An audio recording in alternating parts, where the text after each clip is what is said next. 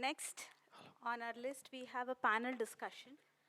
I would like to call upon Venkatesh to introduce Pradeep Pai, sir.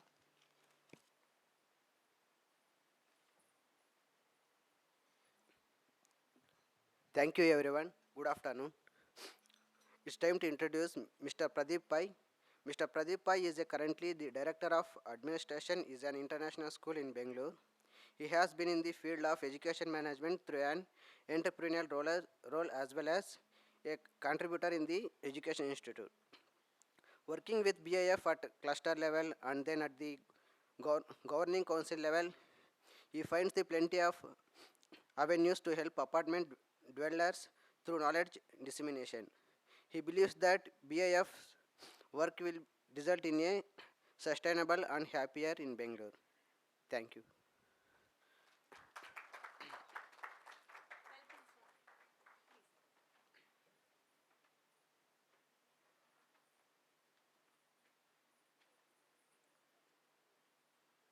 The next panelist is Mr. Dini Lingraj. I would like to call upon Bharat to introduce him. Good afternoon, everyone. Dini is now heading partnerships and the habitats group at the new venture called LVBL. This is a hyperlocal sustainability and livability accelerator based in Bengaluru. Dini is also a senior advisor with the ESG sustainability team at Wipro. He has worked closely in conceptualizing the environment programs related to greenhouse gas accounting and mitigation, water efficiency and biodiversity. He has also led the Urban Ecology and Environment Education program. The Urban Ecology program works mainly in integrating a science-based understanding to manage local or underground water in cities and has recently added climate resilience projects. The group anchors two forums, a city-level multi-stakeholder forum called Bangalore Sustainability Forum and the Urban Waters Forum, a community water practitioner network. He is also an independent sustainability and ESG coach. Welcome, sir.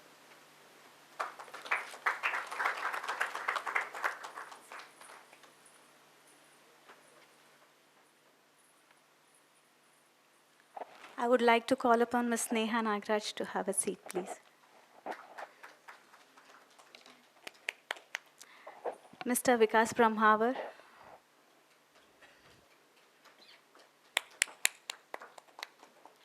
Mr. Aditya Rao. Mr. Siddhartha Panda. I would like to call upon Rafiq to introduce Mr. Venkat Krishna.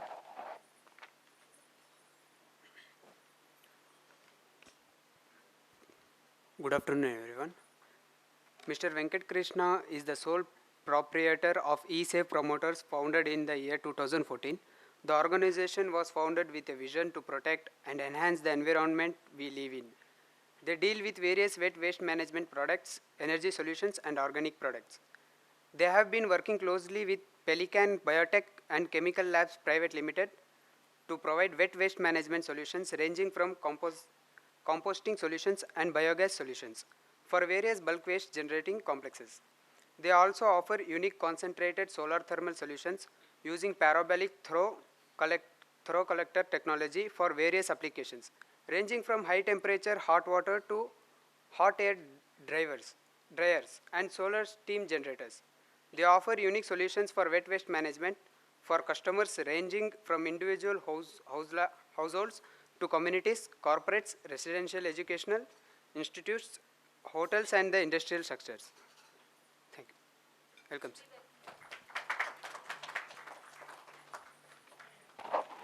I also welcome Mr. Suresha from Team Nemadi.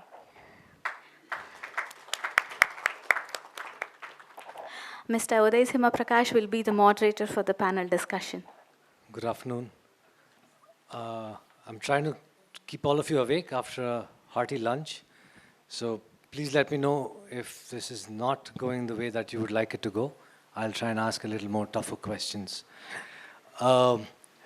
We've tried to get people on the panel so that we get an overall view of the association as a whole and what needs to be done so that management of the association becomes easier, simpler, and gives you a better idea and a better hold of things.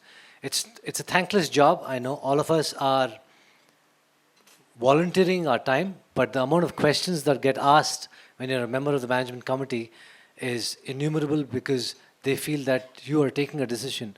But this is something that needs to be done, and we have taken the decision to go ahead as management committee members. So what I'll be doing is I'll be starting with Mr. Pradeep Pai. You are part of BAF. Now, BAF has an understanding of an overarching view of various associations, and being part of a lot of different groups, you get an overview of the various problems that are there. So what I'd like to ask you is, from your experience with BAF, what are the critical governance issues or governance challenges that an RWA faces during takeover? It can be technical or it can be legal or anything else that may not have been spoken of. Before we get into that, I would like to say, not necessarily a thankless job. There are significant people who tend to appreciate that work. They may not be very loud like the complainers, but then That's true. That's true. But that kind of keeps us sustained. But the truth is, yes, there are many people who keep coming back into the committee because somebody else may not take up. And yes, there are allegations. But yeah, back to your question. Yes, I still remember the society which I belong to is about a little over 20 years, and when we took over, we barely had any understanding. We just looked at some of the assets and said, okay, this is the list. Okay, but since then there are apartments which have so many things that one has to take care of, and the laws have also increased and it's become tightened and things like that. So but typically you will get interaction from, say, the BBMP, the BESCOM, the BWSSB, the KSPCB, because treated water and use of DG, and of course you have the KREC, which keeps checking are your electricals in place and things like that. So generally these are the key things which are related to compliance, and then comes the rest of it, like are the people working here are really working? Are we more than necessary? Is it okay to be fungible? Have agencies which will have both some gardening and or look at Mr. and Mrs. Reddy who have got a specific area of gardening. So some of the things that today when we look at is the fact that there are very, very important items one has to look at and keep that in mind. Now, the good part is, by virtue of being in BAF, and like a colleague shared, the intention is to let people know these are the things. You will know that I run a school. Many of my teachers are buying houses. So one of my questions to them is, do you know what goes behind it? In fact, there are organizations which take our children to places like Singapore or even Indore and Mysore, which are some of the best cities. What they look to do is show the backside of the city as to how do they manage that so that it remains a good and clean city. So on a similar line, BAF's effort has also been to create material so that when someone becomes part of it or someone goes into taking over the association work, they have some kind of a template with which they'll be in a position. Of course, there will be variation. Large ones will vary from smaller ones and things like that. But broadly, that is the key aspect of work. So I think somewhere there, Nemadi and we kind of mesh. But of course, there you do it as a service. Technical Here, audit. they kind of help themselves. That's what I would like to say. You made a point about how things are in the background, right? So I would like to ask Dini. Dini, you're looking at livability, right, in terms of livability. And what are the key factors that an RWA should focus on? So it could be in 3 stages, right? Before, during, and after takeover, so that whatever is happening in the background and foreground contributes to the livability of that particular society as a whole. So that not only is the life of the person who is residing there, but future generations coming there also are able to enjoy it. Sure. Thanks, Nemadi, for giving us an opportunity to come here and talk about our venture. So Livable is a new venture that started in Bangalore, and it is focused on improving livability in neighborhoods. What we mean by livability is that it's not just environmental sustainability. We've spoken a lot about energy, water, waste management, but also you've got other things that are important for neighborhoods, right? How do you consume your food from where it comes?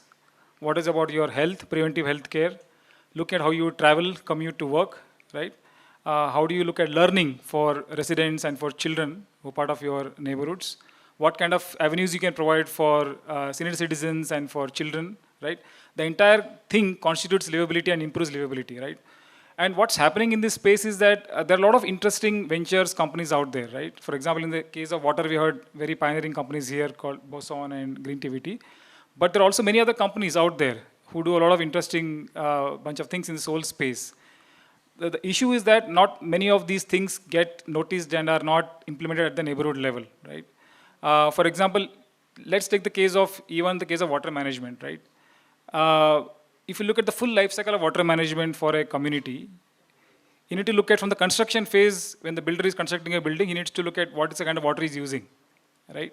And typically most builders use borewell water, and by the time you occupy the building, the borewell is gone, right? But as a consumer, at that point, they don't have access to. So what Livable is doing is working across the entire spectrum of stakeholders, right? From builders to people who will buy the property, and people who are going to stay there. So it's the full spectrum of service we are trying to provide. Right now we're working with few builders to look at management of water during construction phase. And then you occupy the building, then you have issues about sources of water, right? The issue is that again you have people who give point solutions. That's the way it is. Somebody is looking at management of STP, somebody is looking at management of rainwater harvesting, somebody is looking at management of groundwater resources, but you do not have an integrated platform where you can actually bring all people together and provide a comprehensive solution. So we are trying to accelerate the choices by bringing some of these solution providers, partners at a neighborhood level, at a community level, and bring those adoption at a faster level. Same thing goes for health, same thing goes for travel and commute, learning. That's what we are doing. We are working with hospitals at neighborhood level. We are working with learning providers. How do you provide learning solutions, say in terms of internships for children, looking at also structuring a full gap year for children, right? How do you provide a 12-month gap year for children who can do various things? If a high school student interested to work on water management, want to work on, say, carpentry, want to work on something like health, we can provide the entire thing, and at a neighborhood level through our partners. We are trying to build an ecosystem of problem solvers at a neighborhood level. That's what livability is, what we are trying to do. So you're basically trying to improve the life and the lifestyle and the way that somebody lives at every point in their consumption of a property. Right. The key differentiation is acceleration. A lot of things people know, but it is not happening at a faster space, and we don't have time. Whether it is case of management of water or use of energy or use of management of waste, we need to adopt solutions which are coming out in the frontier at a faster level, faster space, and that's what the primary driver of Livable is. It's an accelerator for such choices at a neighborhood level. Thank you, Dini. I'd like to now look at Sneha, right? So you've talked a lot about the different nuances that an association needs to know. Legal intricacies that an RWA faces during the handover process.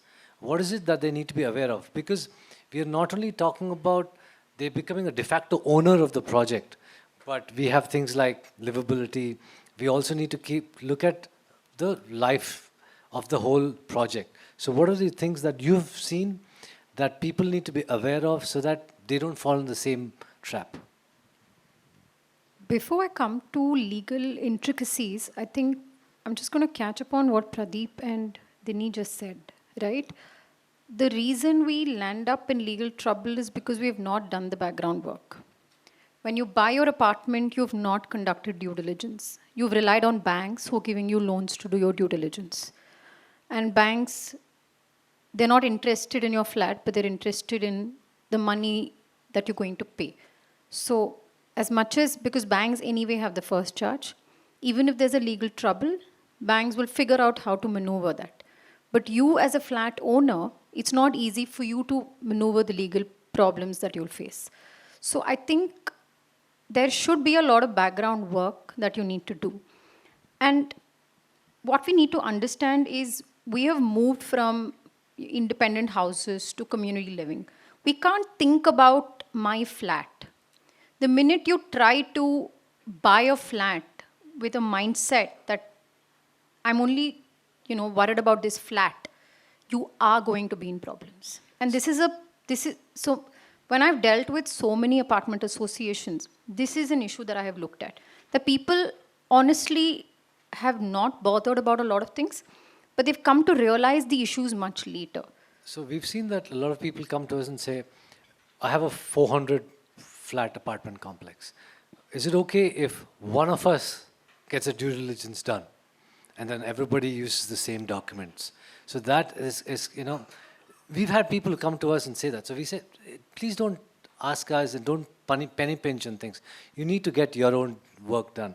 And coming to the other point of where banks, so what is the recourse if a bank has given you a loan, but at the end of the day you find out there is something amiss? Then what should one do? Bank has nothing to do with your problem. You're paying your EMI.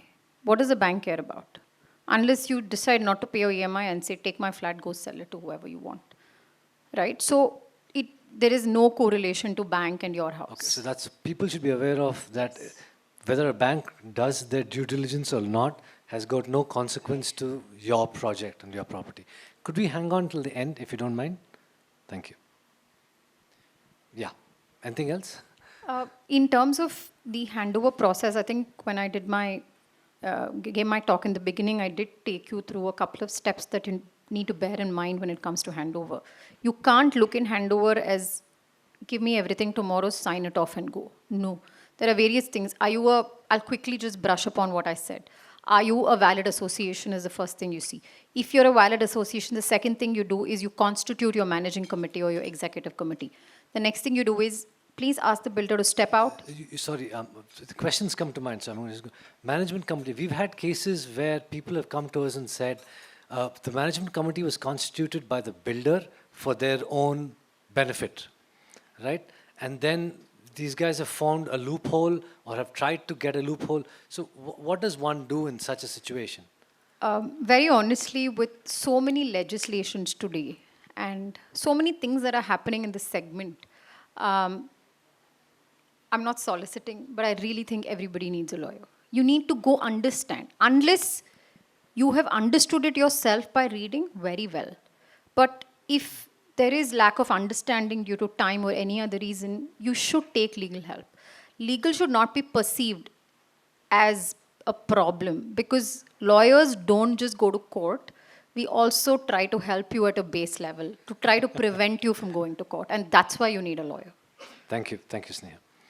Yeah, Vikas, so we've understood, right? We've understood the basics, but we now need to go into inside the house or outside where we have water.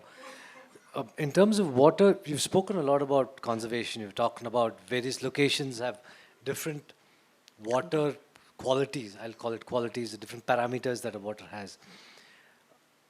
For somebody who's a layperson, or let's look at an apartment that is new and an apartment that's 10, 15 years old, would the treatment that they're looking at be the same? Or does it make sense for both of them to go through the whole exercise once again to make sure that the future of what they have is taken care of in a better way? Right. So for those apartments which are new, right? So when the builder decides to put a water treatment plant, they're supposed to take the water quality and then decide on the water treatment plant. Supposed is shoulda, coulda, woulda. But they don't. Yeah. So for that reason, the person who's moving in, they should ask and get information on what is the current WTP or water treatment plant.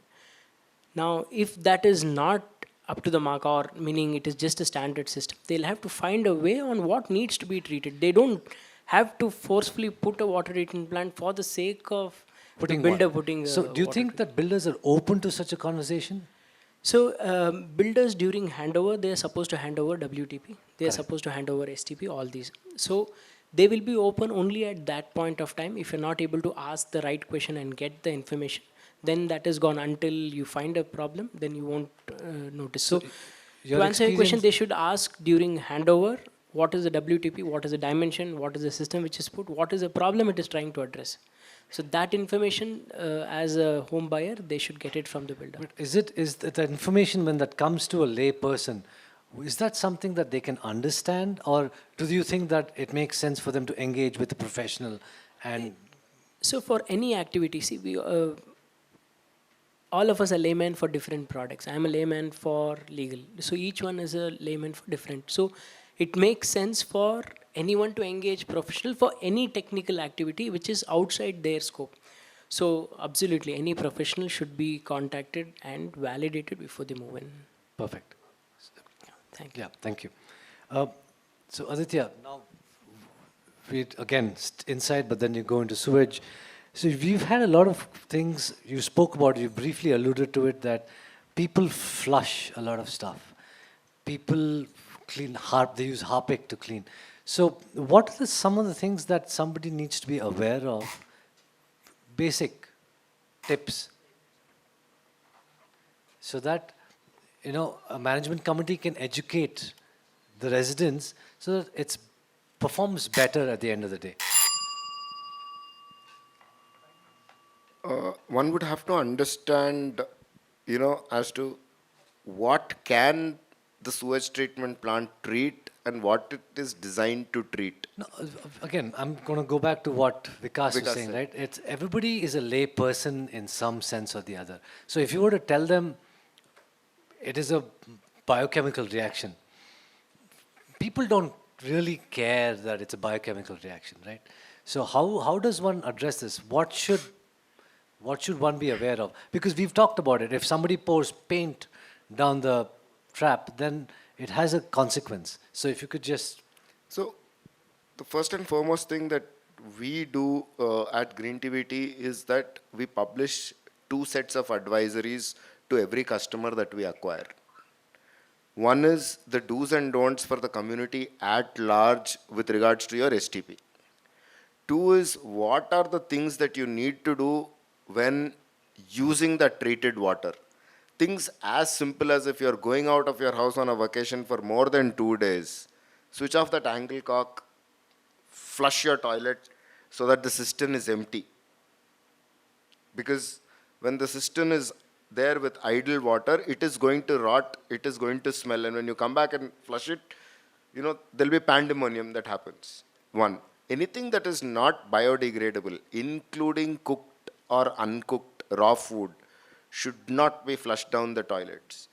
We are all educated people, we are all living in 2023. There are a whole bunch of things that should never come into your STP. During my presentation, I showed pictures where, the foil from a tablet wrapper, forget about condoms, sanitary pads, injection syringes, right?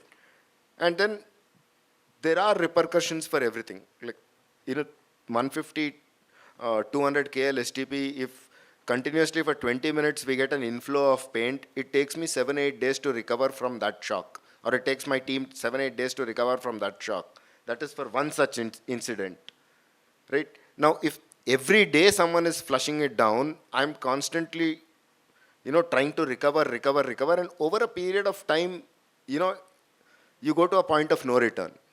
And then the expenses, are just not worth it. And it's all because of apathy and carelessness. I believe that everyone who lives in a flat is educated to some degree or extent.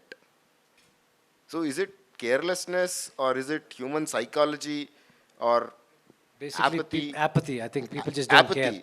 It's like it's not my job. Somebody else. There's a person who's maintaining the STP. It's their problem. Yeah, I know it is, but I think it's education at the end of the day. It is education at the needs end of to the be day. talked about. Siddharth, you spoke of a lot of different technologies for measuring water inflow, outflow. There were questions on how one can reduce the water consumption, water waste. We briefly alluded to the fact of how technology can reduce water waste in terms of from the tank. Is there something that you guys are thinking of working on where even at a apartment level or even at the entry level into the apartment complex, something can be done so that people can look at what is the consumption today, What is the outflow? Is there some wastage in other means of leakages? Or people can even look at seeing, why are we consuming so much? Can there be technologies be brought about to say, 145 liters, can that be brought down to 100 liters? Can it be brought down to 90 liters? Can it be brought down to 80 liters, right? So overall, what I have in the last 4 years of doing this, what I've understood is we have to make it simple for the end user. We can't say it's your job to go figure out 10 different technologies. So you will need all the collective experience of the group to be able to do the same, which is more than 100 years. So it's not going to happen. So it is kind of falls upon us to make it happen and to show that why you should trust us to help you with that. Second is, yes, we are working towards those entry-level products at the end gate where you are receiving the water, what can be done. But we don't have anything at an individual apartment level. You may not, but do you know of any technology that exists? There are a lot of technologies that are there. Even, let's say, the discussion was that aerators are there. The problem is half of the people don't believe in the system itself. Let's say, what should one do if there is no belief? Is that because they don't, again, apathy, or is it because they don't believe in science? I mean, what I feel is at the end of the day, we have to discuss with data. Otherwise, it's your word against mine kind of a situation that's happening. So unless we create a mechanism of showing them that maybe every day, all the sewage that is sent, you put it in that WhatsApp group of everybody. Maybe somebody at least will stop doing it. Leave a bucket outside everybody's door and then they'll be happy to do it. So technology can help up to a certain level, but at the end of the day, it is the responsibility of the group to make it happen. Just putting a sensor will not make your apartment efficient. It is human will.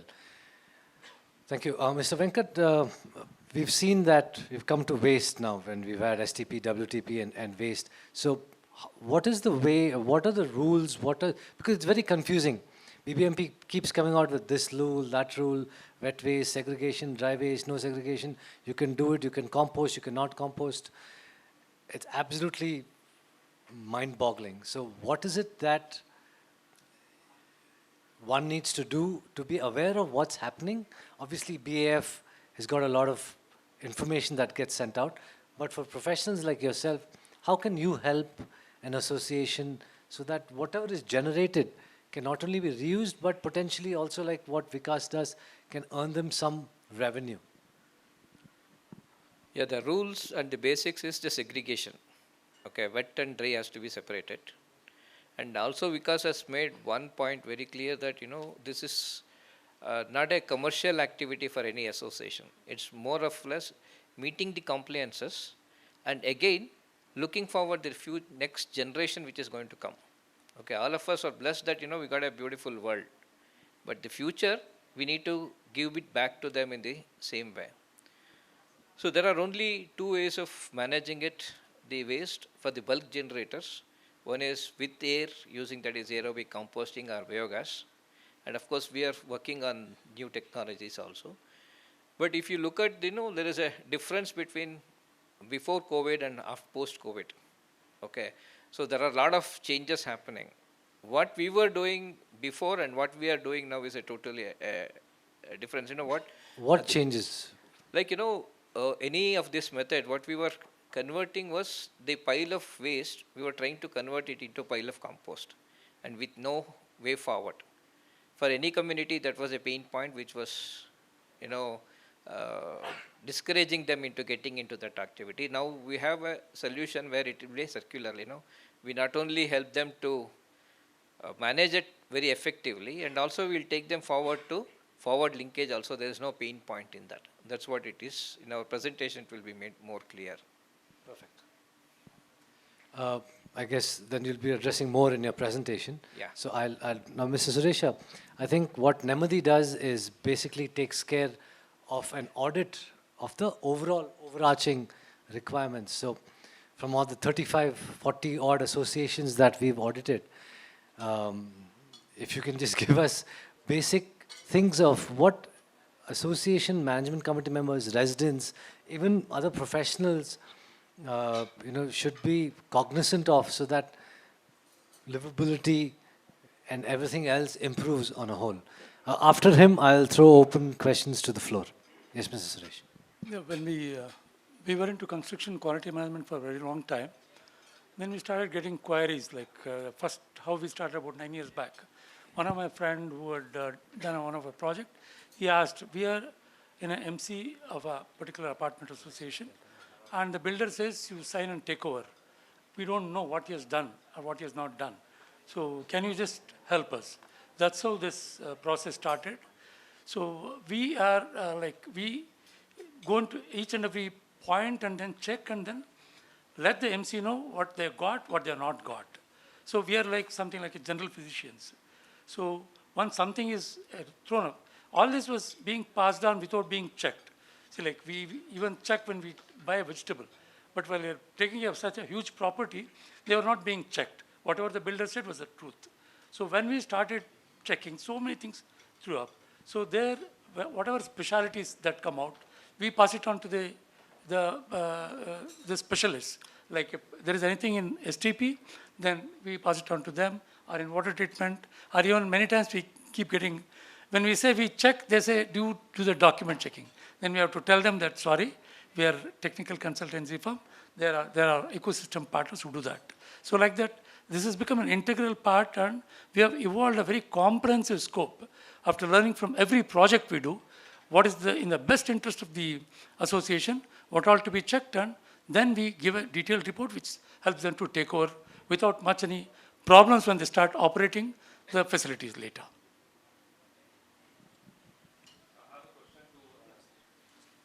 Livability. That's a great initiative, what we are seeing in Bangalore and South India. Now, when we look at most of the apartment owners are here and then so many apartment projects.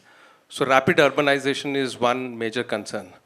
So where the land use has been changing drastically.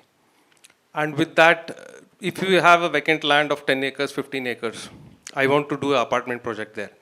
What the developer has to do as compliance is first he has to approach Ministry of Environment.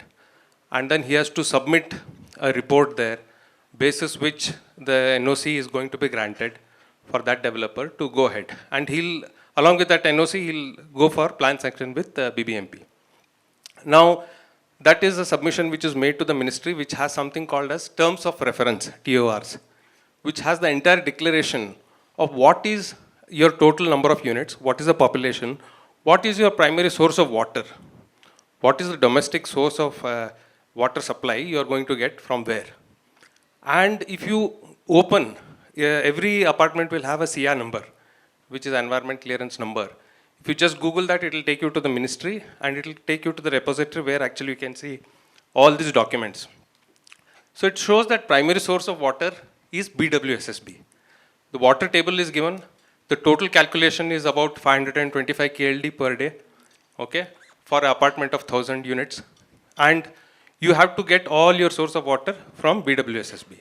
The moment the developer says, no, it is not BWSSB, I'll get 10% from BWSSB, groundwater I'm going to extract, or I'm going to get from tankers, the ministry will not clear the project. Because the ministry has certain responsibilities which it cannot give like that. So the problem is at that level. And nobody looks at these documents which are open on the ministry website, where if you all go and see, you'll see BWSSB as the primary source of supply. And when the association gets formed, the association goes to BWSSB and asks water supply. So they'll give only 10%. So balance we have to rely on groundwater. Now how we can improve this livability? Because so much of social responsibility on also every community. Groundwater is a natural asset. It's a national asset also. So you cannot haphazardly extract groundwater. So there has to be some consciousness on that also, because CGWA, KGWA, these are two authorities on groundwater extraction limits. So we have to follow those compliances also, but still we'll have to live. And then the solution comes where you'll have to rely on tankers. So when we go for tankers, then as Vikas sir also mentioned, test the quality of water supply, STP water itself is coming. So I'm asking a question on livability, how we can actually do it from a very top level. I think these problems are quite well known. In fact, many apartments, in fact, I stayed in an apartment earlier where we paid about 4 or 5 crores to get BWSSB connection plus STP connection, right? Which never happened till this date, right? So I think even corporates have the same issues. They promised BWSSB supply, but it never comes because the overall ecosystem is not built to for a city of this size, right? A lot of the city is developing along the peri-urban parts of the city, and they are not supplied by even Kaveri supply. There's no pipeline, first of all, and that's what development is happening. I think that's the reality. I think, in fact, the government doesn't have any solution, frankly speaking, and we have to do it from the market side. What we are saying is, as enlightened citizens, as communities, what can we do to manage our local water resources, right? But a lot of solutions can be done. Rainwater harvesting, shallow water recharge, reuse of treated water, tertiary treatment of water, shallow aquifer recharge and reuse it back. How do you remove mental barriers to use treated water? All these need to be piloted and used. There are communities doing it. I think the government problem is something that I think I am not able to answer it because they don't have a solution, and I don't think this is going to come from their side. As enlightened citizens, we have to show the direction and actually develop pilots and make it work. The other thing I want to just take a minute is to say that a lot of these things that we're talking about, solutions, whether it is rooftop solar, rainwater harvesting, the life cycle of implementing in communities is so slow. Any project you take, it will be at least 3-4 years of decision making within your groups to implement. So I think we need to move it faster. I mean, I have been part of RWAs and members. It's a very, very slow process with general body and AGM. How do you accelerate the whole process of implementing solution out there, lying out there, right? That is one. And secondly, I think other thing I want to connect is that if you actually have a suggestion, my suggestion is that if you form a 12-member team of students from your community, make them a subcommittee of your RWA, and give them projects. Each of them takes an energy water project. It will implement faster than what we are doing, in my view. Try this out. It will really work faster. So we are also trying to see how do we engage with students to actually implement such solutions at a neighborhood level. I think that's what will change the whole thing. The progress is quite slow. In fact, I look at the progress in such projects at an apartment level. It's extremely slow movement on many projects. How do you move the ball faster is a question.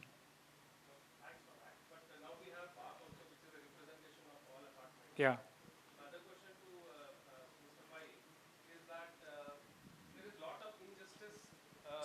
BWSSB charges water charges in terms of it's a flat rate of 22 rupees per 1000 liters per KL. Now apartment owners are charged 22 rupees for 1000 liters of water, while somebody staying in an independent house is charged 11 rupees, so which is almost double. So in case if I am consuming about 10,000 liters of water in an apartment, I have to pay 220 rupees. So while somebody in an independent house has to pay only 110 rupees. So this is a huge injustice which has happened from 2014 for particularly for all apartment owners. Now how, because apartment is not a bulk supply, though the supply happens from BWSSB in a large sum to this, but we are all individual entities and absolute owners of properties. We are now no different from any other. We pay our property taxes. We have a separate electricity bill. We have a separate electricity connection. But when it comes to water, there is a separate rate for individual owners and this one. Because 25% of that also is getting billed for this surcharge and the other one which is sanitary charges. So if you see, there is a huge differentiation in that. So how BAF can take it up from the apartment owners along with BWSSB? That's exactly how BAF sounds when we talk to the government. Exactly the same argument is what has been going on and for quite some time. In fact, the genesis of BAF was that as to why are you differentiating apartment dwellers. But the onslaught has only increased. Okay, and later on when the STP rule came and that's when it got strengthened. But over a period of time, we realized that while there is a need for us to be firm and ask these questions, but to keep an antagonistic view is not necessarily going to help. So the way in which we have gone about it, yes, there are things that we would like to understand from the department, what is the way in which they want to go, but we still want us not to be treated as bulk waste creators, bulk water consumers, or whatever that bulk is. So it's a slow process, and there are many things that we need to do. And BAF's effort has been there. It's only been strengthening. So we are, see, we are all people who are doing pro bono work. We have our own stuff, and we kind of contribute to this. So therefore, there is a certain time it takes. But I'm very happy to say the people who have been the current, the governing council members and the past ones have really put in super effort. We believe that we have the government's ear at this point of time, but there is work to be done, and we are on the way. Thank you for bringing that up. Ma'am, my question is to Sneha, ma'am. So you spoke about bank and loan, where the individual end up paying the EMI. Banks are more interested in just taking the money. So in case of irregularities from the legal point of view, so if bank has approved and a person has gone for a loan, after a year or two, due to some reasons, there's some demolition happening, or they're saying that legality is not proper and asking to vacate, or completely the building getting demolished for any reason, in improper acquisition or whatever. So at that time, bank will still ask us to pay the EMI.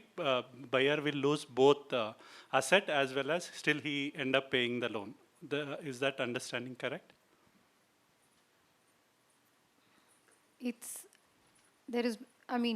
You are asking, is it okay that I don't pay the EMI? You have a choice. No, that is not my question, ma'am.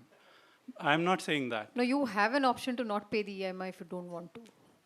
But if your question is, do I have to continue paying the EMI despite not having the land? No. I'm believing a bank going with, bank has done the thorough check, bank has approval. I'm just taking an example of SBI has an approved project. It's an SBI approved project, going with the blind belief that SBI has a approval, so it has done all the legal checks proper. Okay, so, but also saying that people are saying that in case of any improper, I'm just taking a random example, I'm not here to hurt any bank managers or anything. Possibility that that particular branch manager have taken a bribe or XYZ reason, that approval has come. In that case of any demolition or illegal acquisitions or something happens, as a buyer of that property, can I have a right to go to RERA or BAF to get that stopped of demolition or something, or I have to lose my property is my question. Sir, demolition and bank have nothing to do with each other. Okay. Demolition happens either because there is an issue with the construction itself, that it's not adhering to the sanction plan, and therefore, if there is an illegal building that's put up, demolition happens for various reasons. Okay. Bank has nothing to do with demolition. Bank is only taking your property as collateral. That is, in case you default in paying the loan, bank will say, I will sell your property and take money out of it. Okay. So, either, let's say, in a case where the title is a problem, right, bank is willing to get into a fight. But as an owner, the question is, are you willing to get into a fight? Let's say tomorrow you default. You have a building, you have a flat, and you default in paying your EMI. And there is a title issue that's going on in the court. Bank will go implead itself in that title dispute and fight it out. My point was that bank does not lose anything. So the responsibility of title diligence is on you. You can't put the onus on the bank and say, bank has done the diligence, therefore I have faith in the bank. Okay. That means you're saying, I trust my neighbor. My neighbor's got it done, so I know it's clear. Okay. I'm saying, instead, take responsibility for your flat and for the entire land that you're going to have a share in. Okay. Leaving bank aside, ma'am, on the same question, can we approach RERA or BAF for these kind of any issues happening in the later stage? Yeah, depending on the legal issue, BAF is not a competent authority. Sorry to interrupt. Let me come. I think I had some Raj Kalve cases somewhere in the Belandur Lake. RERA approved and OCCC project got demolished. Somewhere in Kengeri, again same Raj Kalve issue. Some very reputed building got demolished. So in these cases, I'm asking, ma'am.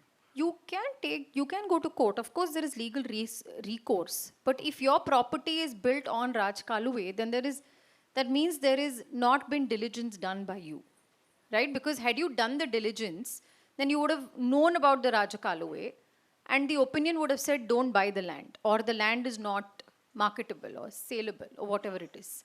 So that is exactly why diligence is important, so that you don't get into this problem. Because tomorrow, if you do get into a problem where the land either is in a space where it can't be constructed, or the construction itself is illegal, then it is going to hurt you. Okay, thank you.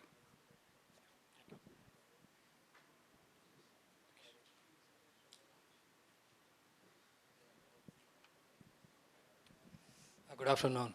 I think my question is for Mr. Suresh. As I already told you, Mr. Suresh, you from Nambadi, we had the complete due diligence done for our project for the Prestige Falcon City before before handing over and taking over. I would like to stress that you have done a fantastic job there. I mean, you have gone through each and every system, and you have gone through great lengths to check each and every, whether it's a small one or it's a big design deficiency or construction deficiencies, cracks, this, that, and other thing. Lot of, and you have generated one executive summary where the most critical or the important design points are explained or has been caught on. And you had given one more, sorry, I'm using Can you come to the point, please? Yeah, the thing is like another punch list of almost 5,000 small things. So there was,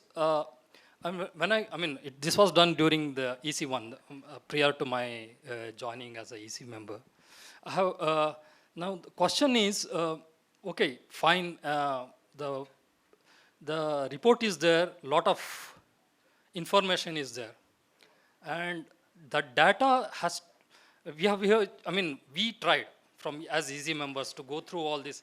We took up the executive summary and we started working on that, contacting the Prestige or the, for the system wise, we went through and we tried to started closing, not try to close, we started closing the major issues and the major points.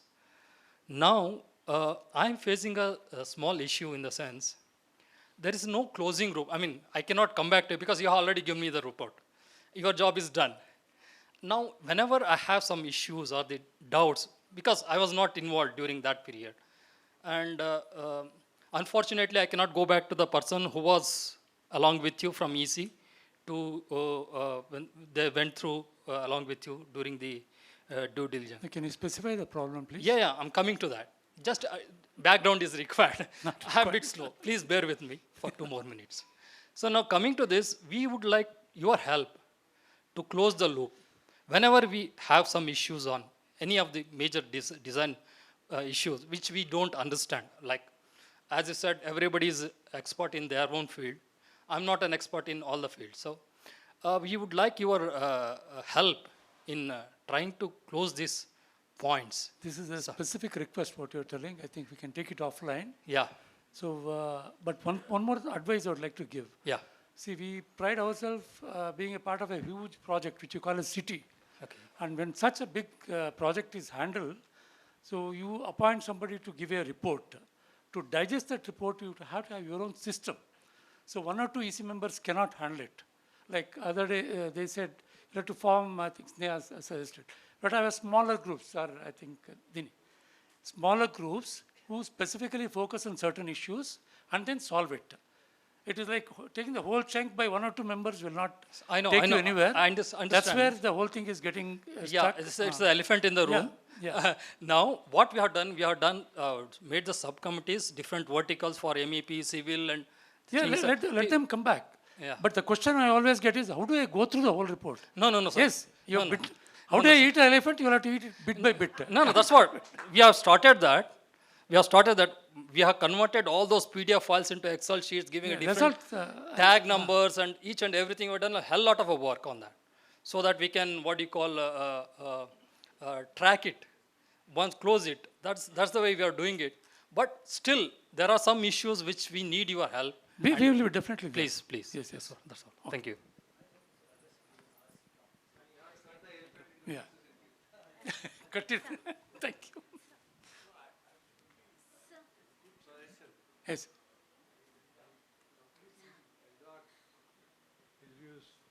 Sanju. One. I completely endorse your views, but then I think to close the loop, you'll have to find a way of doing it. Probably you can take it as another scope or whatever it is and still address it. Because as we all said that when we don't know what is happening, having given such a long list, we should also tell them how to do it. And if that isn't one thing that is asked for, I think we should do that. Yes, yes. It's I'm saying we because I'm also part of that. Yeah. It's given in separate section. Would you like to answer that? Yeah. I think what you're referring to is for us to come back and do a verification of the completion of work by whoever is responsible from the projects team. What we call that is called de-snagging or re-inspection. That could be, as Mr. Prakash mentioned, that could be a second engagement with us. We'd be happy to come back and perform the audit.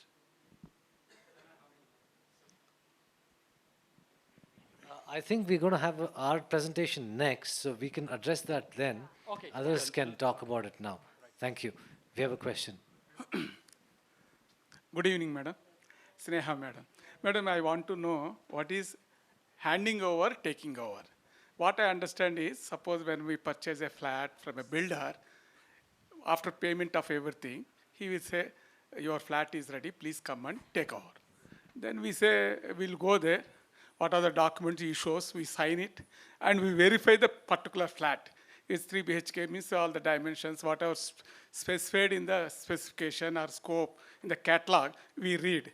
And flooring is okay, wall is okay, room size is okay, all these things. That is how, and we sign what our documents he gives, immediately we'll sign and get take over.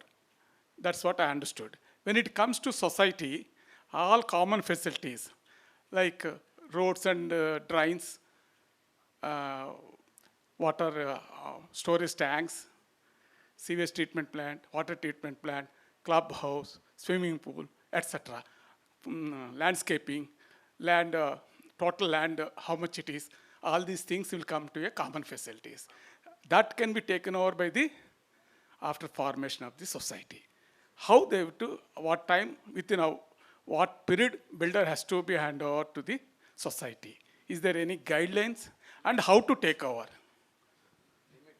There are different levels when you say takeover, because takeover, handover is not something that the acts straight up talk to. So in a sense, if I have to answer your question through a section in law, there is no straitjacket answer because it involves different things.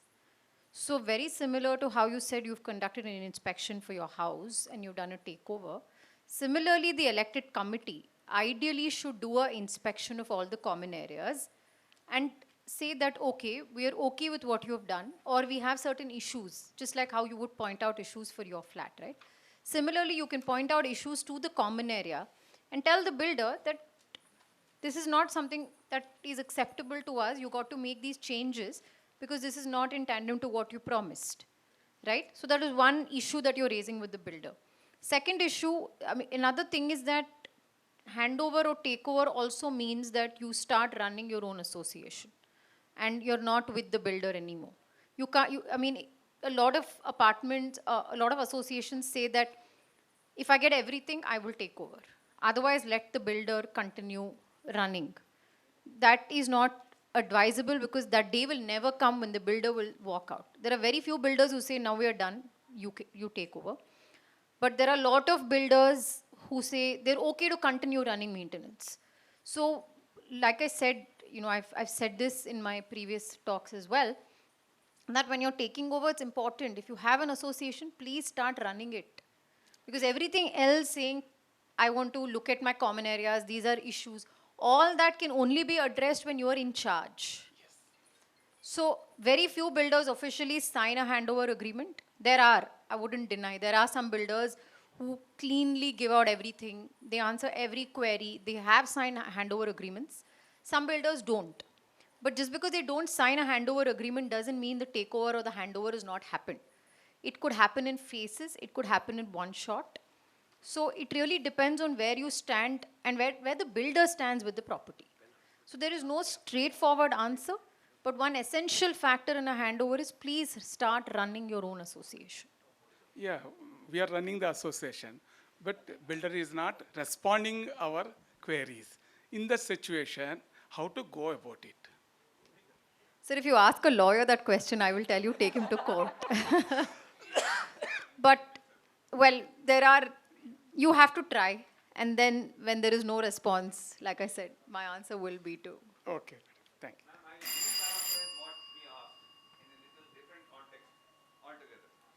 Now you have repeatedly told that you should take charge and run the association. What does this running the association mean?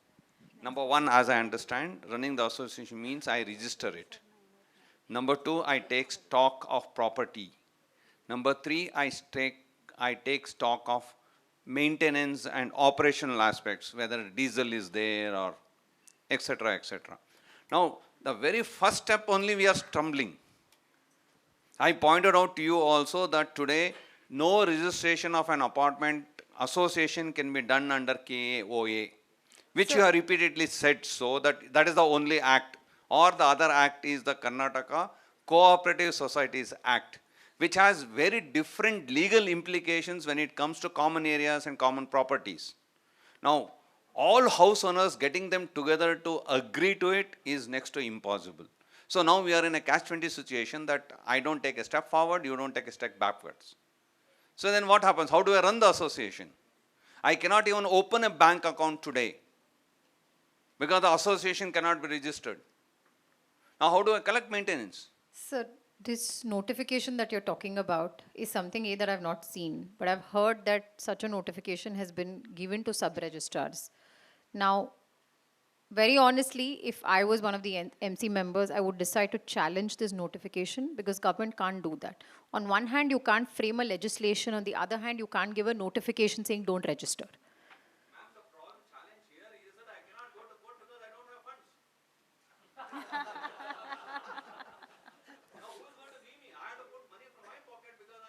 You want to challenge the notification, we'll do it pro bono for you.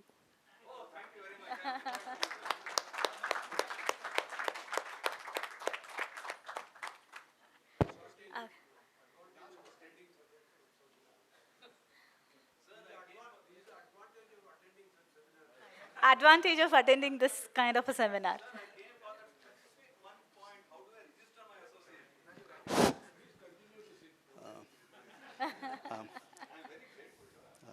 Hi, ma'am.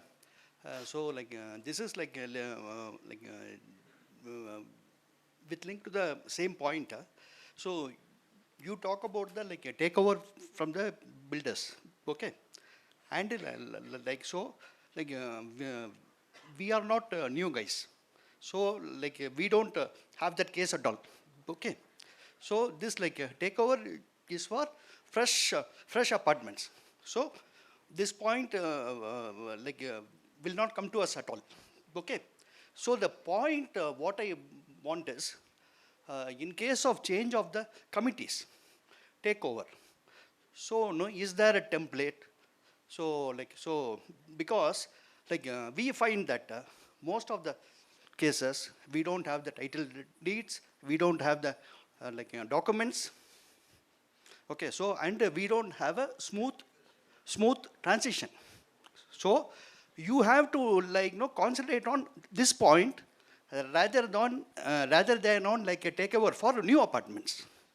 Sure, I think one of the very important aspects. Because we are we are there as part of a BIF, as an existing entity. Yes, that is the thing, please. So whether you're a new apartment or an existing old apartment, one thing to address your legal issues in terms of smooth transition would be to do a complete legal audit. Because like I explained, handover is not a one-step process. It's not that if I do this, my handover is sorted. There are many things that you have to look at. Just like when you're taking over your common areas and you're inspecting every area, and when you're buying your apartment, you're looking at every single room. When you are doing this handover process as an MC, or doing a takeover from the builder, it's important to conduct a legal audit, because what happens is, if you have done a complete legal audit, then you know what the issues are and they can be addressed. Because in a lot of associations, the very first step itself is not addressed. So then the question is, how do I move to the next? How do I conclude this, right? It's not a one simple answer or a one single step. To begin the process, my solution would be to conduct a legal audit to see where you stand, to understand your issues. A lot of times, associations don't have an understanding of what their legal issues are. And that only happens when you do a complete legal check of everything, right from formation to your common areas, to your title, so that we pull in all the loops and then you can close. Because even if there's one thread that is open, that can cause issues, and because of that, there could be multiple issues that may come up. So starting with a legal audit is a good way to. Hello? Yeah. This is a very genuine question. I just wanted to ask this question on the behalf of the apartments, especially the BAF panels who are here. It's about the sustainability area, about where we give our wet waste and solid waste, is dry waste and all of that stuff, because landfills are getting filled up. And is there any new ruling that is going to come where we cannot keep our wet waste outside? Is that coming up? Is there something that we can throw highlight on, and how do we manage it? It's a good thing to discuss about. The rule is now is any community which is more than 100 units, you have to manage it in situ. Okay, you are not supposed to send it out. Even if I have, if I come and say that, I will take it the waste outside and do it somewhere else, we have all the compliances. But as far as the rule concerned, it is not allowed. You have to give a, there are cases where PCB and BBMP is also giving a notices that it has to be implemented in situ. Okay, and there are, that's how, probably you may get the more answer also in our presentation. There are different innovations have come where it can be managed effectively in situ only. And that's the way forward, because as you rightly said, landfills are filled up and no places to throw all these things. And we just cannot keep it outside and ask someone else to manage it. It has to be managed in situ, and there are solutions coming up on that. Thanks for raising the question. Just both to Dini and Vikas. Dini made a very valid point that it was music to my ears, which I was also been thinking about, is we use a lot of water in construction. This water is, of course, again, either a borewell water or what sort of water. The quality of water that is supposed to be used for construction in concrete is, as specified by the Indian BIS, has to be potable water. Therefore, if you say that you are having an excess water, can we monetize that? And you are also, since on various boards, can something of a sort brought in so that anybody uses for construction has to use this? And we make it sort of a mandate saying that, because you can see water being used for curing. Nobody knows what is curing. They think if we keep on pouring water for it, 99% of it flows out, they think they are curing the water. They don't know what is curing. So if you can connect that and also monetize on this, so you can tell the apartment people saying that this sort of water is available, it can go in for construction. The second thing that I see is you have a lot of water-cooled chillers. The water-cooled chillers consume a hell of a lot of water. So particularly when you go to the commercial spaces, they also can be used. So this is something that can be used as a livability with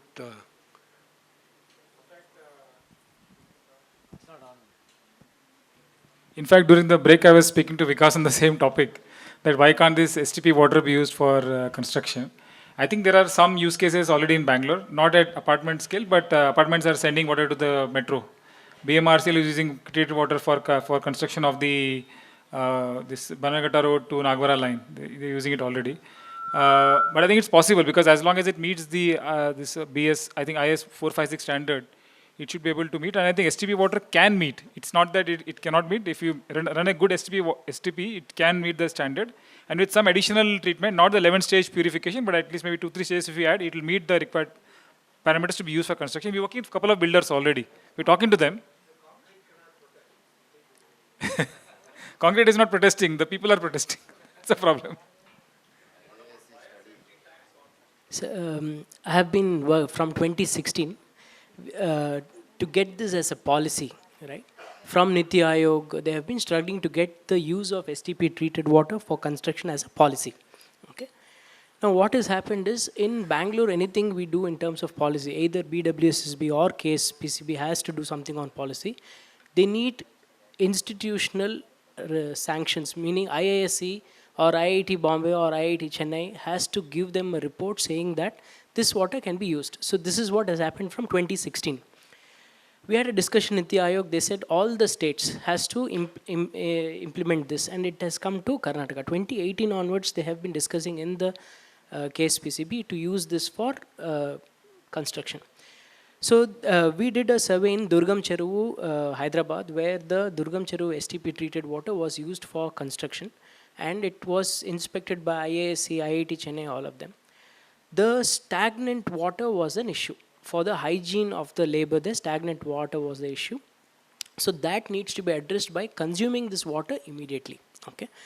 Now, once this came to so it became to a stage where 6 hours, 8 hours, you should be able to consume this water. Now, IISc was given this challenge to produce a report.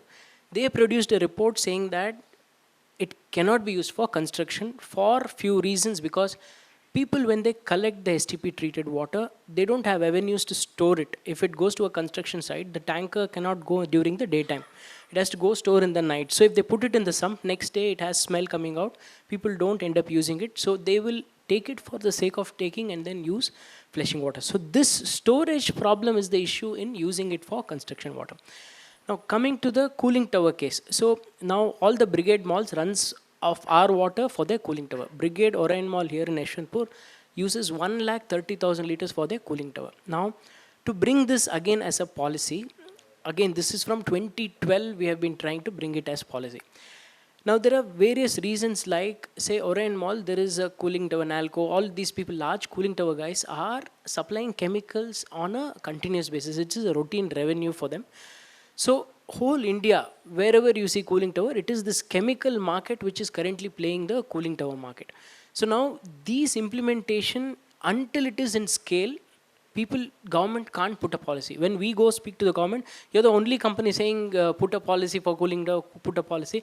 There is no other company. Nalco is saying don't put a policy. All the other players are asking not to put a policy. So I think, sir, in our country, policy takes 10 to 12 years to start working, because it is up to just the individuals or individual companies, individual apartment to act on anything like this for themselves, and eventually it will get replicated to others. So what Livable is trying to do is engage the community to act on things like this. So I think, yeah, that was my answer. Thank you, sir. Thank you. You had a question, Aditya, and I think my question is to the audience. Before purchasing your flat, how many of you consulted a Vastu consultant? Can you raise your hands? You won't admit it, but you have. Yeah, whether you had a choice or not. Right? Okay. Or how many of you consulted your astrologer to check if the flat was suitable for you or not? Then why didn't you all go to Nemadi and get it checked before you bought it?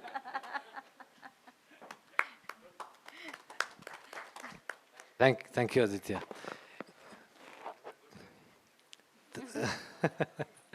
Thank you, everybody.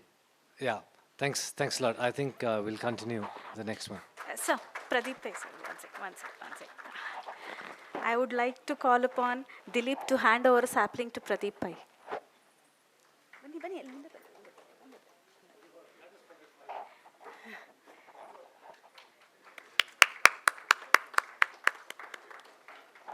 I would like to call Balaji to hand over a sapling to Dini Lingraj.